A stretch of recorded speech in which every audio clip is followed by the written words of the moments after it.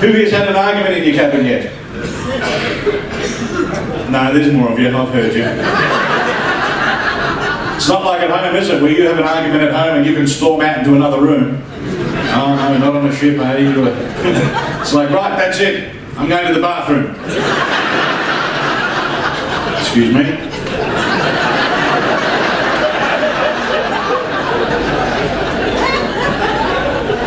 And turning the lights off in your cabin. You've got to be a safe cracker to figure out the combination.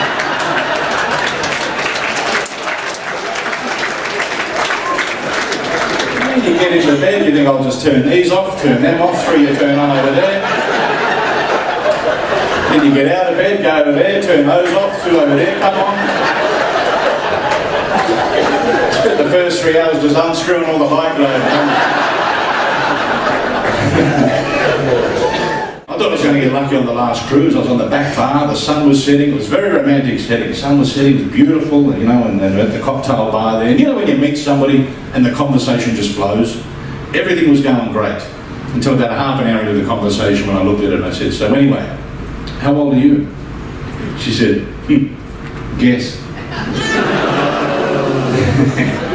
I'm looking at your hair, maybe 29. Your complexion, 27.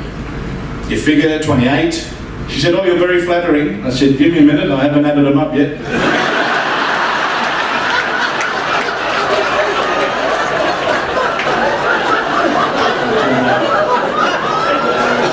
Guys that are married, it's good, isn't it?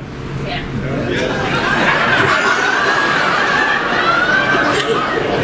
Just so you know, there's not enough spare cabins on the ship, right? Guys that are married, it's good, isn't it? You're welcome. Because when you're married and you're a guy, life becomes easier. Yeah, like, does. Like number one, we no longer have to make decisions. I've seen some of the shirts you've been wearing, you didn't buy them. They were presents before the holiday too, weren't they? And when you were packing for the holiday, she's yelled out, oh, don't forget to pack that new shirt I bought you. And you've gone, of course, just getting it now, dear. Pretty sure I'll be the only one on the cruise with a Hawaiian shirt. When you're married, you go out, you know exactly how much you've had to drink. See, a woman's laugh more than a man. We've heard it, we've been out in the bar, all of a sudden she yells out from across the room, that's your 6th beer. Is it? Tell me when I get to 20. And it's not until you have kids you realise how weird fairy tales are. Have you noticed this? When you're a kid you hear fairy tales, you don't think much of it, but when you're an adult reading them to your kid, you're thinking, oh, this isn't right. Like the story of Snow White. Here's a woman that gets drugged. 7 midgets keep her in the backyard. They think she's dead but don't bury her. One day another guy rides along on a horse, thinks she's dead too, but yeah, I'm going to have a go.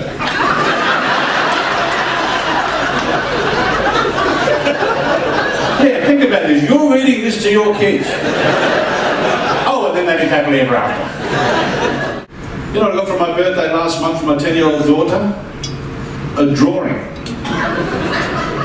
Here I am, forking out all this money, and from my daughter I get this pencil drawing, her and I in a park holding hands. I love and miss you, Dad. Kiss, kiss, kiss. Don't lie me, that's crap. What is wrong with you? Do you notice then it was only the women that went, oh. Yeah. Any men here ever tried giving a woman a drawing for their birthday? Yeah, I guarantee you will not hear. Oh.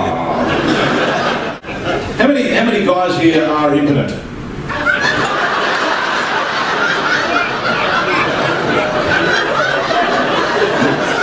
Can't even get your hands up, can you? Look at that. It's funny then too, more women were laughing than men, weren't they? Because they're like, you may not need the blue pill. You may not need the pill. Because there are certain chemical reactions that happen in the male body where you could be getting movement, but unfortunately you don't know because you're asleep, right? This is true. This is when I first saw this on the TV show Sex and the City, right? It was ages ago and I was sharing a house with this guy in Sydney, right? And we were watching Sex and the City one night for some reason. But they had this storyline about impotence, and apparently what you can do before you go to bed at night, you can buy a row of stamps. Has anyone heard about this? See, buy a row of stamps, you wrap them around yourself down there. If you wake up and the stamps are broken, there's hope for you. So you know you can get moving, you just don't know when. And after we watched this, my housemate in Sydney decided the next day to go to the post office. He's gone to the post office, went to bed the next night with the stamps wrapped around himself, woke up in Perth.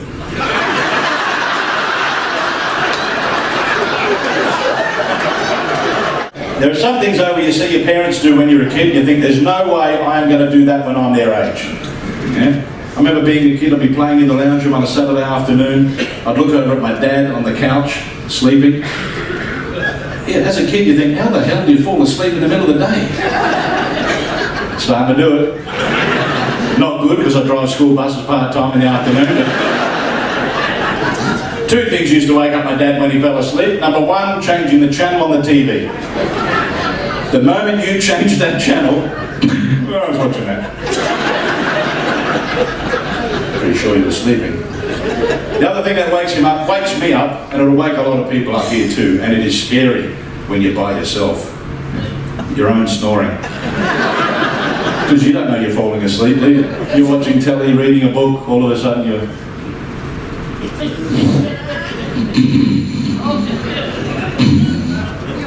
What is that? Oh, it was me. There's one thing he does that I know I will not do. My dad still carries around a handkerchief. Yeah. Have you seen guys with handkerchiefs? They pull them out, don't they? Keeping that.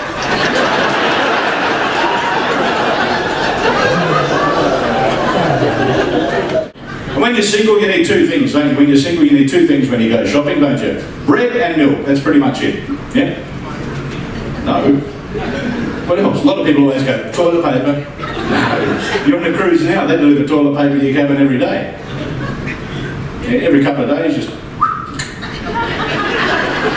one in the bag for later, and you go. Granted, ship toilet paper is not the best toilet paper in the world, is it? Have you noticed? It sort of smears more than wipes, doesn't it? Yeah, that's why your shower head comes off. There's a cruise tip for you. A lot of you just realise that, haven't you? Has anyone here ever been on a bidet? Used a bidet? Oh, how good are they? I can't believe they're not global. We had to join a ship once in Japan, so they put us in a hotel the night before. Now I'm sitting on this toilet with controls. I look at Captain Kirk on the Enterprise, you see, had so many... And there was one button there that looked like a fountain hitting a golf ball, so I thought...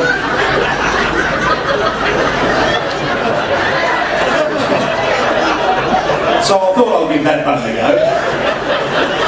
I pushed the button on this toilet seat, bullseye. I thought that's got to be a lucky shot, surely. So I moved an inch to the left. Pushed it again, bullseye. I said, what sort of laser technology is in this toilet seat? I've moved 2 inches to the right, done it again. I was on that toilet for an hour and a half. I was boarding an Air Asia flight recently and I've got on the plane and the woman's gone, do you have your pilot's licence, sir? What? Lunchtime comes, she's come down, she said, would you like some lunch today? I went, sure, what are the choices? She said, yes or no. And we were delayed taking off for an hour, right? They wouldn't tell us why. We were delayed taking off for an hour, so we're sitting on the plane, no announcements, anything. We eventually take off, right? And at the end of the flight, I just said to her, I said, what was the problem? Why was there a delay? And the hostie said, the pilot heard a noise in the engine, and it took us an hour to find another pilot.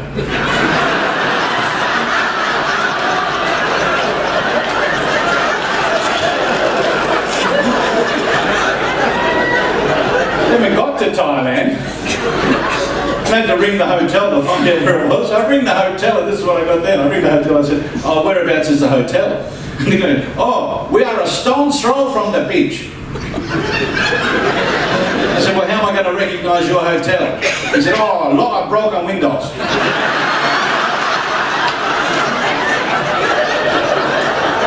Being an Australian in America, you can have some fun. I was up in a place called Idaho. Nobody from Idaho, is it? Yeah, there is? Yeah, hi. When you came out to this side of the world, did you know that we had electricity and stuff? Because there are some people we met up there. Like one guy said, wow, you're from Australia, you speak English really well. I said, what do you do for work in Australia? I said, I build saddles for kangaroos.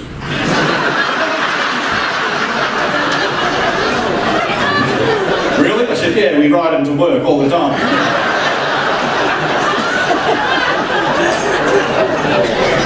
He's turned to my friend and he said, well, what do you do for work? My friend's gone, me, I'm a sticker.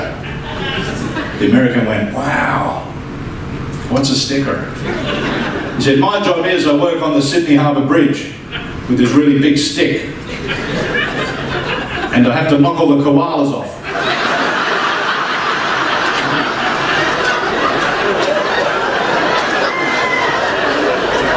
As they climb across the bridge. The American's gone, I haven't seen any koalas on the bridge. And my friend's gone, well, that's because I'm doing my bloody job, isn't it?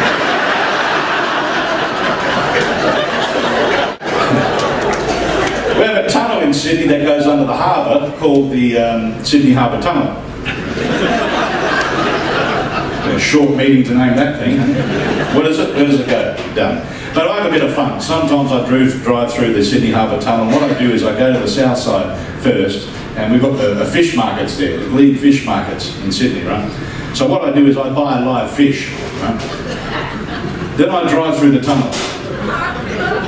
Halfway through, just throw it out. I don't get to see the reward of my joke. But I know every other car driving through after me is going to crap themselves.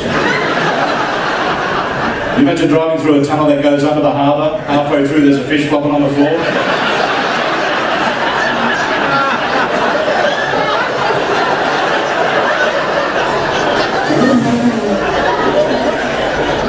Do you think King Charles will happen or not? How's that? His whole life he's waiting to become king. He's not going to get the job. He's pretty much been unemployed his whole life.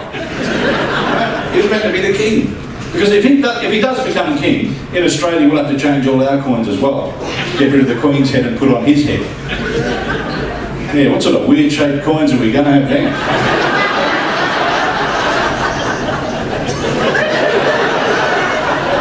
Just go to the hardware shop, buy a bag of wing nuts. There you go. Instant currency right there. Better having his head on it than Camilla's head. Yeah, imagine your head on a coin and you walking in the shop going, oh, there you go, take whatever you want.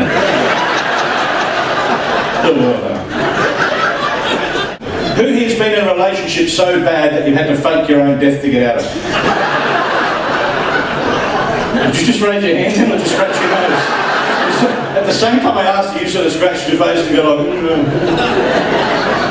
I was seeing a woman once, she was a bit crazy. She did me a favour one day though. She bought me a voucher to go and get a massage, right? Like a real one, not a good one. And you know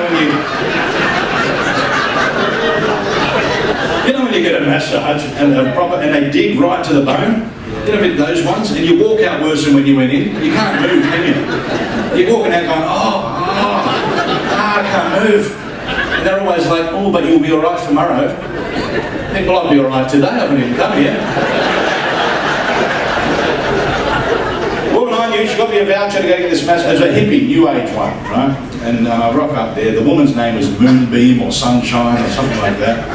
Incense burning by the front door. Oh, here we go. She's opening the door. She's like, hello.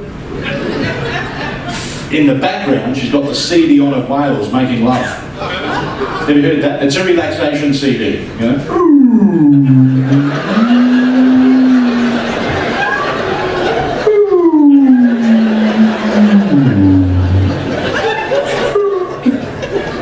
Shouldn't do that out in the ship, should I?